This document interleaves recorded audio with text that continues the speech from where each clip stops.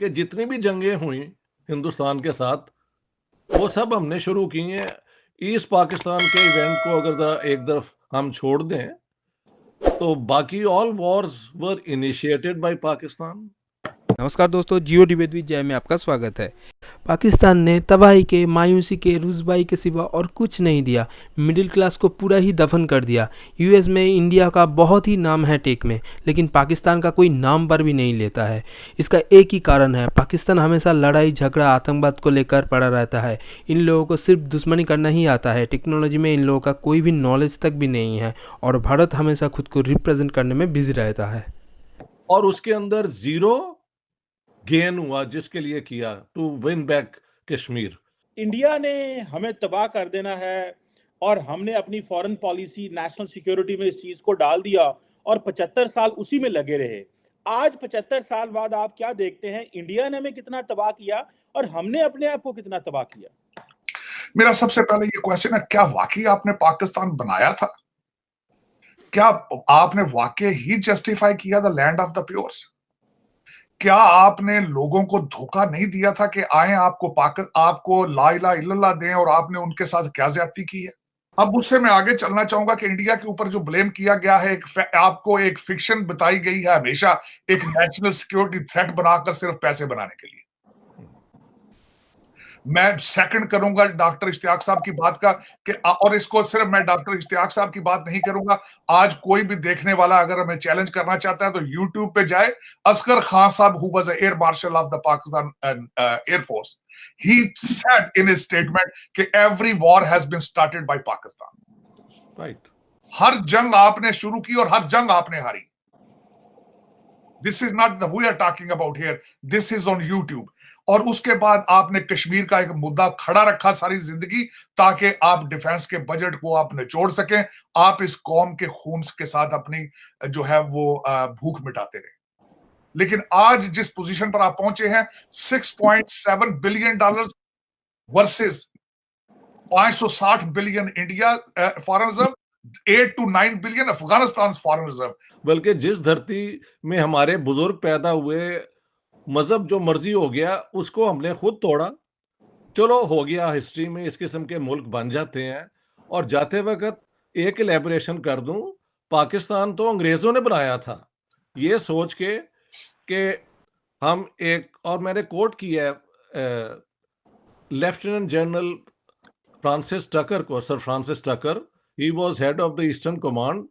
उसने कहा कि we need an Islamic arc beginning in Algeria into Arabia Deserta, then into Persia and northern Hindustan, where an Islamic state backed by British science comes into being, और उसको हम Soviet union और communism को रोकने के लिए तैयार करेंगे।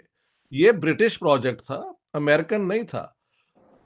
अमेरिका की पोजीशन ये थी कि secular democratic model Congress party का है, और ये जो मुस्लिम लीग की है पॉलिसीज, ये डिवाइसिव हैं, ये लोगों को नफरत की बुनियाद पे तैयार कर रहे हैं। तो वो इसके हक में नहीं थे। बरतानिया बना के गया है पाकिस्तान को, और मैंने किताब में शो किया कि Mohammad Ali Jinnah second world war के बाद ब्रिटिश पॉलिसी का बिल्कुल एक्सटेंडेड हैंड थे। तो ये इस तरह ये मुल्क बना है। ये कहते हैं हमने कुर्बानी दी है अपने लोगों की। इन्होंने 500,000 कम से कम मुसलमान सिर्फ ईस्ट पंजाब में मरवाया है, और बाकी इलाकों में।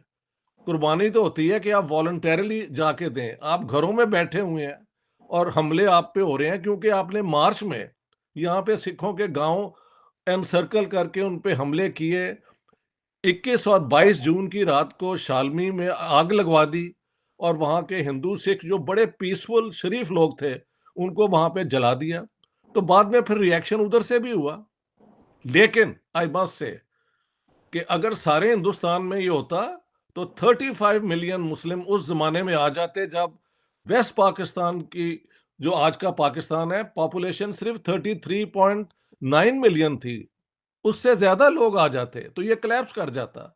ये तो महात्मा गांधी की मेहरबानी है, जवाहरलाल नेहरू की विजन है कि क्योंकि उन्होंने कभी कम्युनलिज्म की बुनियाद पे, एंटी मुस्लिम बुनियाद पे आजादी की जंग नहीं थी लड़ी। उन्होंने वहां पे जो हमले कर रहे थे उनको दबाया और रोका। दैट इज वाई इतने मुसलमान हिंदुस्तान में हैं जितने पाकिस्तान में हैं। आपने हिंदुस्तान के 1000 साल की जो मुस्लिम कम्युनिटी है उसके टुकड़े खुद आपने किए।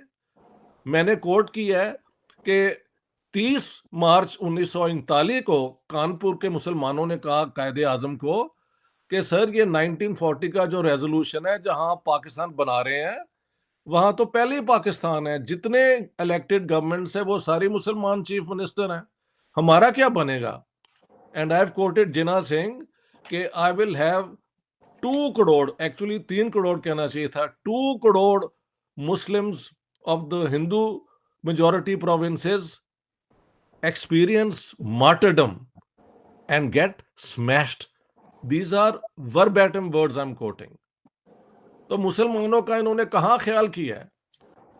और इसी अपना 47 के अंदर अगर 1.5 मिलियन लोग मारे गए हैं तो महल मेजॉरिटी शायद मुसलमानों की है, ये कि हाफ हाफ होगी। और हमने हिंदू और सिख भी गाजर मूली की तरफ अपनी तरफ मारे, वरना उनकी 21% पॉपुलेशन होती according to the 3 June partition plan. हमने एक नहीं बचने दिया, सिर्फ सिंध के अंदर 1.6% रहा।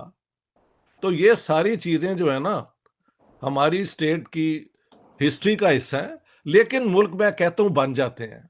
इजराइल नहीं बना इस तरह ही, लेकिन उन्होंने अपनी पेट्रियटिज्म बना के अपने मुल्क को एजुकेट करके दे आर ट्राइंग नाउ कि अरबों के साथ दोस्ती हो जाए। उनकी बड़ी एफर्ट है। हाँ जी, हमारी एफर्ट यही है कि इंडिया को हमने कन्फ्रंट करना है। यार कोई अकल भी कहीं इस्तेमाल होनी चाहिए।